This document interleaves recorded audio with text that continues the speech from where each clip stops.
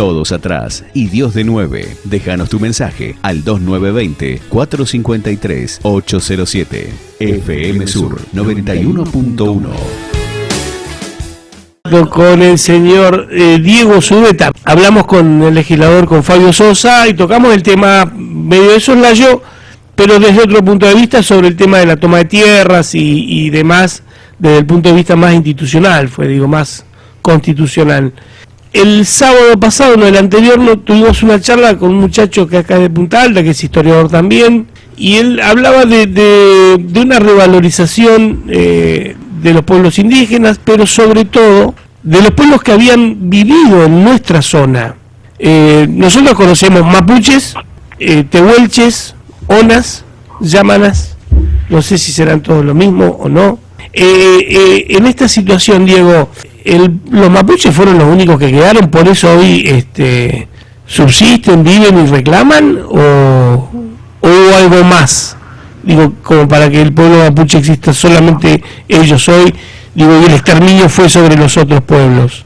Bueno, vamos a... En realidad, vamos por partes, dijo Jack. Bien. En realidad la cuestión de los pueblos originarios es muy compleja, pero para tener una idea hay que poder dividir los distintos periodos. Una cosa es los distintos pueblos originarios antes de la llegada de los españoles. Después comenzó a hacer un cambio estructural, cultural y de identidad muy fuerte con la llegada de los españoles al territorio, con la conquista de los españoles, y además hay otro periodo que vuelve a definir a todos los pueblos originarios con la creación de los estados nacionales. Entonces, hablar de los pueblos originarios implica decir, bueno, ¿desde qué época hablamos? ¿En qué época los englobamos? ¿En qué tipo de relación socioeconómica los englobamos? Es una cuestión hermosa, muy compleja, pero sí podemos hablar de que en realidad, partamos del hecho inclusive de que decimos, bueno, los pueblos originarios de la Argentina. Bueno, esto es como medir kilómetros con una balanza. La Argentina habla de la construcción de un Estado nacional. Para hablar de la construcción de un Estado nacional, dejó afuera a la identidad de los pueblos originarios. Entonces, hablamos de cosas distintas. Había una gran diversidad de pueblos, de etnias, de grupos aborígenes, relacionados y emparentados más o menos entre sí, pero después fueron divididos en la medida que fueron estudiados, y el estudio tiene una mirada etnocéntrica, digamos. Claro, se los empezó a etiquetar, se les empezó a dar distintos nombres, pero de parte de la mirada de aquellos que los veían, que los describían. Entonces, básicamente se habla de que hay, por ejemplo, nuestra región estaba habitada por el grupo tehuelche. Bueno, el complejo tehuelche tenía al menos 3 divisiones internas de grupos distintos, emparentados con una raíz cultural, pero a la vez distintos. El complejo mapuche del que se habla, los mapuches, en realidad el complejo mapuche es precisamente una gran identidad, una gran etnia que involucró dentro de su seno a distintas parcialidades de pueblos originarios. No sé, por eso te digo, no sé por dónde se pretende inclusive encarar la cuestión. La pregunta básicamente, digo, es porque hablamos de indios argentinos e indios chilenos, teniendo en cuenta que ellos existen de antes de la conformación de los estados. Esto que te avanza, por eso digo, es querer medir kilómetros con una balanza. Se habla de hablar de indios chilenos y hablar de indios argentinos es un error, es una falacia, porque los pueblos preexisten desde antes de la conformación de los estados nacionales. Es como decir, a ver, los mapuches son chilenos. No, es falso, los mapuches no son chilenos, los mapuches son mapuches. Los mapuches son una etnia preexistente a la conformación de los estados nacionales, que involucraba parcialidades de las que hoy habitan en el país chileno y las que hoy habitan en el país argentino. Entonces, hay una cuestión discursiva también, Javier, vos lo sabés muy bien. Sí. Decir que son chilenos es hacerlos los otros invasores Entonces se justifica, por ejemplo, el avance del Estado Nacional contra comunidades que hoy están reclamando sus derechos. Sí, sí. Es muy fácil decir que son chilenos, porque de esa manera se los pone como enemigos. Y de esa manera se justifica a través de los medios, a través de las instituciones, se justifica precisamente el no darles entidad a su reclamo. Las comunidades mapuches son mapuches, más allá de que haya comunidades que vivan en lo que hoy es territorio nacional o que vivan en lo que hoy es territorio chileno. Digo, yendo un poquito más a lo puntual, digo, ¿existió en algún momento como, a ver, hoy lo que pasa es que estamos tan, somos tan centristas, tan etnocentristas, en esta situación de decir, ¿hubo una planificación de un genocidio mapuche sobre los tehuelches? No, digo, no. ¿Qué es lo que hubo? No, hubo un gran proceso de aculturación. Hubo un gran proceso de aculturación que en algunas etapas incluyó la matanza o el exterminio de algunas comunidades por parte de otras. A ver, el complejo aborigen cambió tanto, sobre todo en el norte de Patagonia Argentina, como en el centro-sur de Chile, a partir del contacto con el español. El español trajo fundamentalmente, lo primero que trajo fue vacas y caballos que poblaron estos territorios. Poblaron antes que el español. Todas las comunidades aborígenes empezaron a apropiarse de ese famoso ganado cimarrón, de los caballos que quedaron sueltos en la Pampa y en la Patagonia. Comenzaron a adueñarse y eso empezó a cambiar el sistema de vida de las comunidades originarias, de muchas, hablemos de distintas parcialidades, inclusive de raíces étnicas diferentes que habitaban sobre todo el norte de la Patagonia y centro-sur de Chile. En ese contacto con ese ganado empiezan a cambiar las relaciones internas de las sociedades aborígenes y a la vez les permite entablar una relación distinta y nueva con los distintos pueblos de origen español que se van radicando en las zonas de frontera. No sé si me explico. Sí. Digo, esto también porque, discúlpame, por ahí te corto el desarrollo. También se habla de determinadas cuestiones. Hay libros, por ejemplo, de Curruwinkel y Rux, como La matanza del Neuquén, El rey del país de las manzanas, que era Sayhueque por lo que dicen los historiadores, inclusive historiadores de tradición indígena, Sayhueque, la madre de Sayhueque era tehuelche. Sí, pero por eso te digo, es muy complejo poder estudiar las relaciones que tenían las distintas etnias aborígenes entre sí. Hubo grandes periodos de la historia donde mantuvieron una relación estable, pacífica, porque todos se beneficiaban con el comercio del ganado vacuno que circulaba, por ejemplo, entre el sur de Buenos Aires y el centro de Chile. Ellos manejaban. La verdad que poder entender la cuestión aborigen tenemos que cambiar la cabeza y empezar a entenderlo también como un gran Estado. Claro. Un gran Estado en donde distintas provincias, vamos a llamarlo así, estoy diciendo una burrada, ¿no? Pero de distintas provincias o parcialidades se relacionaban de manera más o menos pacífica, beneficiándose del comercio que tenían con el otro, que eran los españoles y los estancieros. Esto benefició no solo a los pueblos originarios, benefició durante mucho tiempo a los grandes estancieros que había al sur de Buenos Aires, centro de Chile. No nos olvidemos que Rosas mantuvo durante mucho tiempo su base de poder en la provincia de Buenos Aires por una buena relación que tuvo con las distintas agrupaciones aborígenes que estaban cercanas al sur de Buenos Aires. Sobre todo los ranqueles, creo que los ranqueles. Pero, él mismo apadrinó al hijo de un cacique. Era un político muy bien entendido en el sentido de la palabra. Él supo negociar con los distintos estancieros, pero a la vez con las parcialidades indígenas de Buenos Aires. y eso le dio una base de poder durante muchísimos años. Es más, manejó el poder en lo que después iba a ser el Estado Nacional, prácticamente sabiendo que la riqueza estaba ahí, y la riqueza estaba en mantener el poder de los estancieros y una buena relación con los pueblos indígenas. Cuando esa relación no era buena, también se encargaba de castigarlos. A ver, por eso digo que las distintas relaciones entre los grupos indígenas era de acuerdo al periodo histórico más o menos generalmente pacífica, con un interés puramente comercial.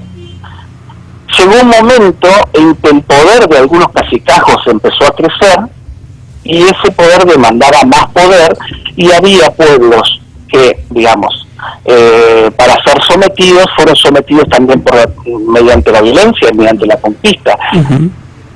Pero a la vez, a ver, cuando uno dice esto es muy bárbaro, a ver, se está la construcción del Estado Nacional también bajo una forma de guerra de guerrillas entre unitarios, federales y líderes de una provincia contra líderes de otra. O sea, la misma barbarie se da en la construcción del Estado Nacional por gente supuestamente civilizada. Sí, es el mismo tipo de relación que tienen las poblaciones aborígenes. Lo que pasa es que en un momento, en un punto dado, el orden mundial determina que es necesario insertarnos en un modelo económico liberal que dominaba el mundo, y para lo cual se precisaban tierras, ovejas, ferrocarril, y ahí la relación con los pueblos originarios pasó a ser discursiva. Son bárbaros, son salvajes y hay que exterminarlos. Uh-huh. Eso es lo que en realidad pasó. Para ese momento, cuando se da esa construcción de un Estado Nacional desde lo efectivo y desde el discurso, la cuestión mapuche, digamos, la etnia mapuche, ya tenía una presencia, una característica de identidad muy fuerte, muy creada a través de los siglos. Hablamos de una creación de siglos de la etnia mapuche, pero que alberga a poblaciones de lo que hoy es parte de Patagonia, o sea, centro de Argentina y centro-sur de Chile. Claro. Sí. Digamos, no tienen la culpa de que después se crearon los estados y dicen chileno, argentino, vos sos indio y nosotros no. Digo, también, teniendo en cuenta, la vez pasada escuchaba a Pontevecchia, el periodista, sí. Lo escuchaba hablar con Emilio Pérsico, que es de Movimiento Evita, y planteaban esto, se hablaba de la reforma agraria, digo porque hoy está muy en boga la toma de tierras, muy en el tapete. Sí. Y ellos mismos, decía Pontevecchia mismo, decía que Estados Unidos tuvo creo que 4 o 5 reformas agrarias en aquel momento. Digo, lo de Estados Unidos creo que fue tan salvaje o más en cuanto a la matanza indígena que acá. Sí, en cuanto a términos de violencia es lo mismo. Y respecto a esto te quería preguntar esto.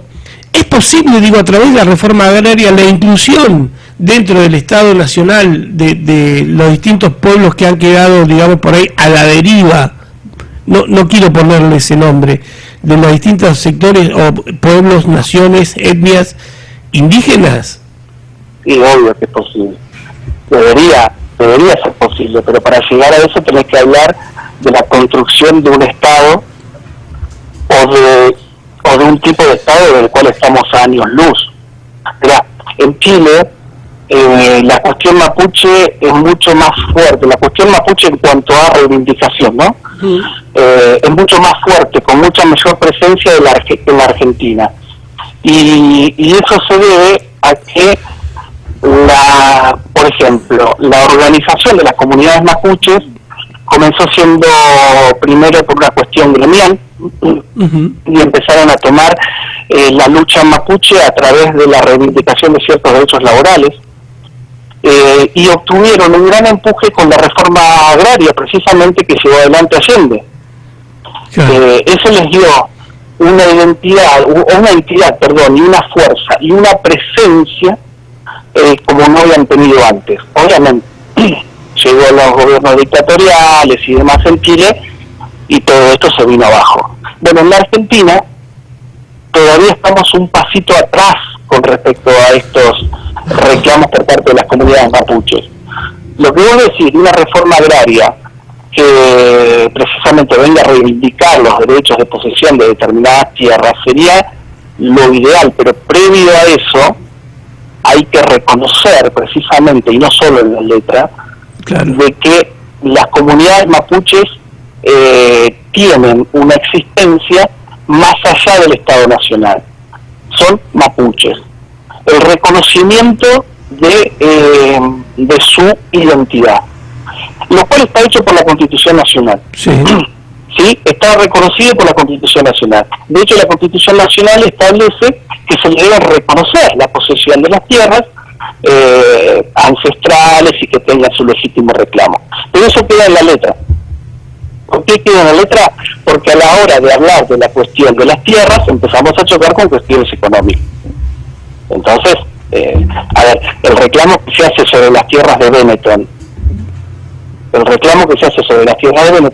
tiene que ver precisamente con eso, con el reclamo de las comunidades mapuches que están precisamente pidiendo el reconocimiento de sus territorios ancestrales, y ahí tenemos unas, no me acuerdo si son 900.000, 800.000 hectáreas de una firma absolutamente extranjera, con ningún tipo de derecho más que el haberlas adquirido mediante una compra que fue absolutamente fraudulenta, pero todo el Estado Nacional, todos, las personas, todos opinamos que no puede ser que estas comunidades vengan a reclamar una tierra que no les pertenece. Estamos todos de acuerdo en que sí le pertenecen a Benetton. No sé si me explico. Digo, acá entramos, le vamos a sumar un palito más al fuego. Sufrimos también una segunda colonización. No, dale. Sufrimos una segunda colonización, nosotros, digo, la que hizo Buenos Aires sobre el resto del país. Nosotros tuvimos como 16 colonizaciones. Claro. Digo, porque las campañas de Roca al Chaco salteño también fueron terribles. No, pero aparte, por eso, nosotros tenemos que darnos cuenta de que en realidad fuimos colonizados de manera efectiva y de manera material y también de manera ideológica. Uh-huh. Nosotros tenemos una fuerte colonización ideológica, y eso, en la medida que lo podamos reconocer, vamos a poder seguir como estamos hasta ahora, y viejitos sí, viejitos no. No se enseña en las escuelas, vamos de vuelta a la raíz de lo que duele, no se enseña en las escuelas la reivindicación de los derechos de las comunidades mapuches, por ejemplo. Mapuche o cualquier pueblo indígena. Hablo de nuestra zona, sí. ¿No? Hablo de nuestra zona. La Constitución, dentro del reconocimiento que hace de los pueblos originarios, dice precisamente que hasta se debe fomentar en las escuelas el idioma, las costumbres. ¿Por qué? Porque se les reconoce la preexistencia, se les reconoce la misma importancia que el idioma castellano que hablamos ahora, y sin embargo todo eso queda en letra. Entonces, la colonización más fuerte que siempre sufrimos fue la ideológica. A nosotros nos gusta decir que nos conquistó España. Nosotros nos conquistó España y seguimos festejando ciertas fechas patrias como que nos sacamos a España de encima. Sí, pero después nos colonizó Inglaterra, después nos colonizó Estados Unidos, y después somos colonizados por nosotros mismos, que ideológicamente seguimos repitiendo un modelo, y de eso no se habla. Digo, en base a esto, por ahí los regionalismos podrían cambiar esta situación de colonización ideológica. Y los regionalismos y la reivindicación de las regiones son lo que permitió que, por ejemplo, el movimiento mapuche tenga mucha más presencia y haya logrado muchas más conquistas en el sur de Chile, nos guste o no, que en Argentina. Uh-huh. Porque eso fue lo que permitió a las distintas comunidades de las regiones de Chile ir haciéndose fuerte. Hay un cierto orgullo, hace muy poco, si no fue en el Río Negro, no me acuerdo en qué otro diario lo leí, donde precisamente se recibió una abogada de la comunidad mapuche, uh-huh, y fue con la vestimenta típica, y se hizo una ceremonia delante de las autoridades de la comunidad mapuche. Se hace un reconocimiento por parte de su propia comunidad, y el Estado chileno le otorga validez legal a ese reconocimiento. Ese es un paso gigantesco. Acá eso no ocurre. No. Claro, porque todavía nosotros tenemos una colonización intelectual muy fuerte. Nosotros aplaudimos quizás en algún acto o nos parecen pintorescos las vestimentas, por ejemplo mapuche. En otros lados la vestimenta es ya es una cuestión de integración con la comunidad. Y, por ejemplo, de manera política se están organizando en asambleas que tienen reconocimiento político y jurídico por parte del Estado Nacional. Acá queda en determinadas letras, en determinadas palabras bonitas y promesas. Sí, falta dar el paso. Digo, esto pasa en la República de Chile, pero están incluidos dentro del Estado Nacional. Oye, claro, hay un reconocimiento. Acá hay posiciones.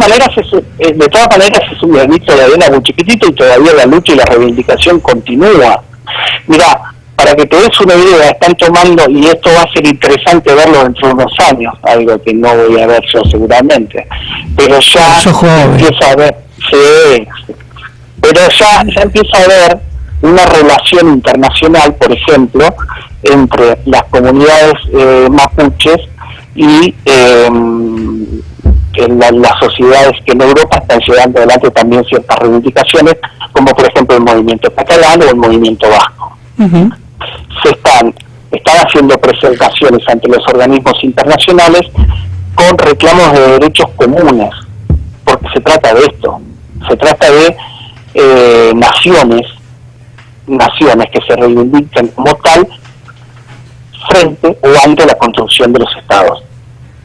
Es una cuestión de derecho internacional muy interesante que se empezó a dar ya hace unos 5 o 6 años. Se modifican muchos paradigmas. Hay que modificar paradigmas instalados de hace 200, 300 años. Hay que modificar los paradigmas. Hay que hacerlo. Pero hay que hacerlo por una cuestión de identidad propia. Siempre digo yo, y dice mucho, ¿no? La Argentina como entidad, la Argentina como construcción, engloba pueblos tan distintos como los que vivimos en la Patagonia y los que viven en el noroeste argentino, con culturas absolutamente diferentes, con idiosincrasias diferentes, con ritmos musicales diferentes, con cuestiones que hacen la identidad muy fuerte, tan diferentes, y sin embargo estamos encerrados en una misma construcción política, que está bien, fue un diseño de la política moderna, precisamente la construcción de los estados, pero falta el reconocimiento de los regionalismos, falta el reconocimiento de la identidad regional, pero no porque queda lindo para el turismo, ni porque queda lindo para que nos vean los extranjeros como somos, un verdadero reconocimiento de la fortaleza y de la identidad regionales, que nos va a hacer fuerte como municipio, que nos va a hacer fuerte de la identidad, desde la educación. ¿Por qué un mismo plan de educación se enseña tanto en una punta como en otra del país cuando las realidades son todas distintas? Bueno, digo, pero el sentido de pertenencia fue barrido por estas colonizaciones internas. Porque fue planificado de esa manera. Claro, fue planificado y pensado de esa manera. Cuando el Estado... mirá dónde me meto, pero bueno. A ver, ¿dónde? Usted me lleva a estos terrenos, Porque la construcción de un Estado moderno necesitaba obreros, necesitaba gente que trabaje, necesitaba el famoso plan de alfabetización, que lo que requería básicamente era que supiéramos leer lo básico y supiéramos trabajar. Entonces hizo un plan de estudios uniforme. Viene acompasado con la revolución industrial, la segunda revolución industrial. Qué completito que es usted. Usted me gusta. Sí, bueno, por eso mismo que decía yo, de que cuando empezó a ser la cuestión indígena un problema al que había que erradicar, cuando nuestro país, que tenía que crearse, cuando nuestro Estado, que tenía que crearse, tenía que ser eficiente a un modelo internacional, estaba demandando de nosotros materias primas, demandaba de nosotros lo que podía extraernos. Ante un Estado nacional que se creó en función de ese modelo y financiado por los intereses extranjeros. A ver, yo no estoy hablando ni estoy haciendo juicios de valor más allá de que los tenga. Esto fue lo que pasó y lo que fue pasando en Argentina. La expropiación que se hizo de todos los territorios que ancestralmente eran de los pueblos originarios se hizo en función del modelo económico. Y no importó, hasta ahí, vamos a decirlo ahí, los indecitos no molestaban. Las estancias bonaerenses llegaban hasta donde llegaban, hasta comerciaban y se beneficiaban con el comercio que tenían de los pueblos originarios, hasta que llegó un momento que dijeron, no muchachos, vamos a necesitar más tierra porque va a pasar el ferrocarril, porque vamos a sacar grandes cantidades de lana, sobre todo de la Patagonia, y ahí se financió la campaña del desierto. Fíjate que la sociedad rural argentina, otorgó esas 900.000 hectáreas a 10 terratenientes ingleses, que luego vendieron esa compañía al que hoy tiene 800 y pico mil hectáreas, que es esta empresa Benetton. Creo que 50 millones de dólares. Sí, sin irnos tan lejos, digamos, tenemos a Legui acá, que se apropió de un lago y tiene una represa sobre el río y le vende la energía al Estado, una cosa. Pero no vayamos muy lejos, si revisamos la historia de Río Colorado, nosotros somos hijos de la llegada del ferrocarril y somos hijos de la inversión que hicieron 4 o 5 terratenientes que después fueron loteando estos terrenos. Estos terrenos también formaban parte de lo que antiguamente eran los territorios de los pueblos originarios, que fueron comprados previamente con la financiación de la campaña del desierto que pasó por acá. A ver, hablemos de que Roca cruzó por acá, vino con sus hombres por acá. Somos hijos nosotros de eso, el ferrocarril inglés.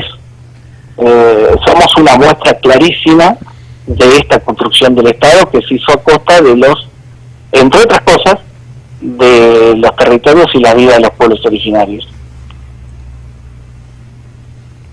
Sí. Digo, y en la zona nuestra específicamente, pueblos que habitaron acá. Sí, dependiendo del momento histórico que se habla, nosotros somos parte de lo que se conoce como el complejo Tehuelche. El complejo Tehuelche más bien del norte, que es el grupo Guenaqueno Gununa Cuna, depende de la pronunciación, diferente al grupo también de origen Tehuelche, pero más al sur, que es el Aoniquén. Nosotros pertenecemos, digamos, históricamente, los pueblos originarios que habitaron esta zona fueron los tehuelches. Digo, acá específicamente eran chichejets.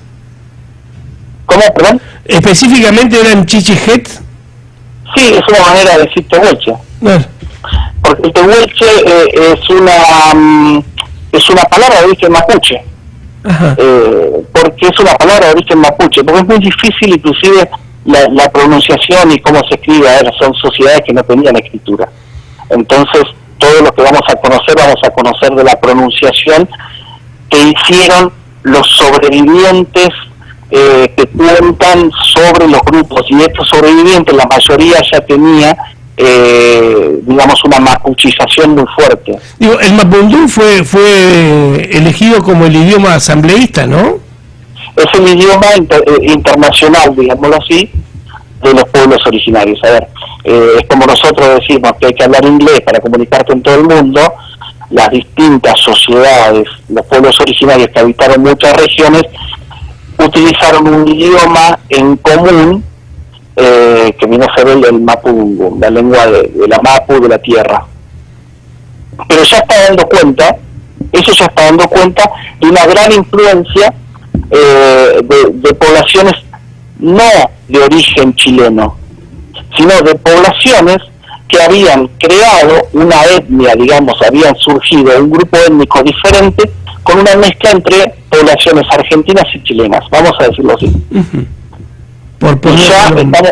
Y ya estamos hablando de que hay un complejo que una etnia que había comenzado a existir, que se había comenzado a imponer de manera comercial, con lazos de parentesco y lazos militares, y esta unión involucraba pueblos del sur de Buenos Aires, digamos, y norte de Patagonia, y centro y sur de Chile. Era todo un complejo de poblaciones comunicadas, interrelacionadas, por redes de parentesco, a través de matrimonios, por redes de asociaciones de tribales y hasta por imposición militar. Sí, sí. Por distintos tipos de relaciones ya estaban relacionados.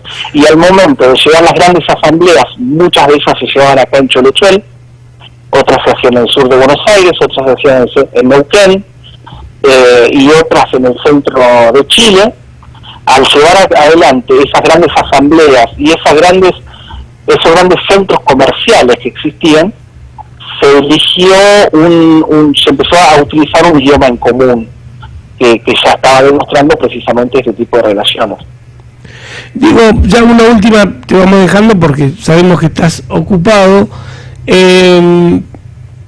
Una situación que se vivió hace unos días atrás, lo hablamos hoy con Fabio Sosa, respecto de esta situación de violencia, por llamarlo de algún modo, no sé si ponerle esa la palabra, entre el grupo que había tomado tierras en Lago Mascardi y la gobernadora, que ha habido por ahí hablar a tratar de pacificar un poquito los ánimos. Sí. Decime tu opinión, digo, porque me parece que es una herida que no cierra, que no ha cerrado nunca. No va a cerrar en tanto no se llegue a un entendimiento por la vía, el entendimiento tiene que ser por la vía pacífica y política, pero no como un otorgamiento de derechos. A ver, yo creo que falta el paso de que el Estado, ya sea nacional o provincial, reconozca efectivamente la reivindicación de los derechos de los pueblos originarios. Esto debería derivar en la conformación de alguna especie de organismo político que incluya la representación de las comunidades originarias con la representación del Estado Nacional. Se tiene que trabajar en conjunto. Pero se tiene que trabajar en conjunto reconociendo que son iguales. A ver, que se reconozcan los derechos de las comunidades preexistentes y que se reconozca, y obviamente se tiene que reconocer el poder del Estado Nacional porque es el poder político vigente, pero es tan delgada la línea que no se termina de definir eso. Se sigue trabajando como si el Estado Nacional debería otorgarle las tierras, o debería otorgarle subsidios, o debería otorgarle, no. Lo que primero se tiene que hacer es un reconocimiento, pero un reconocimiento como se ha hecho en otros lugares del mundo. Miremos Bolivia, Bolivia, pero no nos gusta mirar Bolivia.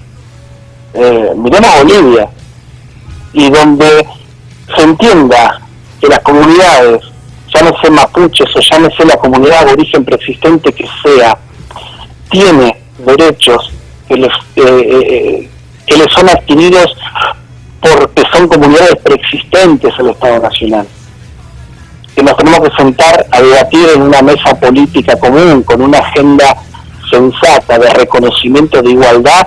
Ahí va a ser, primero estamos hablando de una utopía, entonces después pasa lo que pasa, porque en realidad hay que empezar a decir, bueno, a ver, ¿tienen derecho a tomar tierras o no tienen derecho o no tienen derecho a tomar tierras? Obviamente el uso de la violencia por parte de ninguna parte va a ser siempre justificable, jamás. De hecho, las comunidades mapuches no tienen el uso de la violencia como arma. Entonces, algo pasa. Lo que está pasando es que hay una herida que no cierra, lo que está pasando es que si no se hacen determinadas manifestaciones, no son escuchados. Lo que pasa es que se recurre a la violencia termina siendo cómoda para los dos, y esto es una locura. No termina más, esto no termina más, por eso, pero me parece que falta, porque en una mesa de diálogo entre dos iguales que se reconocen iguales, se tiene que empezar a llegar a acuerdos. Es decir, bueno, a ver, ¿cuáles son las tierras? ¿Se ha hecho un estudio realmente de cuáles son las tierras que les corresponden a determinadas poblaciones por derecho ancestral? ¿Se ha hecho ese estudio? ¿Se sabe? cuáles son las tierras que reclaman, y si se les reconoce el derecho ancestral y se les reconoce la existencia de grupos previos a la constitución del Estado, si se les da entidad, hay que empezar a dialogar de igual a igual, algo que no va a ocurrir. Perdón, pero no lo creo. Acá está Jorge, te quiere hacer una pregunta, Diego. Quienes llevaron adelante la embestida contra la gobernadora, ¿vos creés que son descendientes directos de los pueblos originarios? No, la verdad que no lo sé, Jorge, la verdad que no lo sé. Consumo mucho de lo que veo en las noticias y eso está mal, está mal, como para poder... Yo me refiero me estaba refiriendo precisamente a que nunca jamás ningún enfrentamiento armado por parte de ningún lado está trayendo algo bueno, y eso no da derecho. La violencia de ningún grupo, ni siquiera, mirá lo que te digo, aunque fueran legítimos herederos ancestrales, mediante el uso de la violencia, digamos, les quita derecho, ahí automáticamente les quita derecho. Entonces, yo entiendo que hay distintas parcialidades también que existen, que no representan y no forman parte de comunidades aborígenes ancestrales. Ojo, eso también existe y mucho. En este caso particular yo puedo hablar por lo que veo en las noticias, y en las noticias puedo ver que no pertenecen a comunidades mapuches. Pero no sé qué hay detrás, más allá de que se pueda hacer realmente un reconocimiento. Hasta además, creo, Jorge, tengo entendido que las comunidades mapuches han repudiado este hecho. Sí, ¿no? Así es. Sí. Claro. Digo porque yo creo que no se sienten representadas por ningún hecho de violencia. Y aparte me parece también que habría que empezar a poner una sola vara para medir lo que es toma de tierra, por ponerle un título, ¿no? Exacto, porque además se están mezclando con cuestiones que están ocurriendo en otros lados que no tienen nada que ver. Exactamente. Diego, te agradecemos infinitamente la charla y esperemos encontrarnos. Todos atrás y Dios de 9. Déjanos tu mensaje al 2920-453-807. FM Sur 91.1.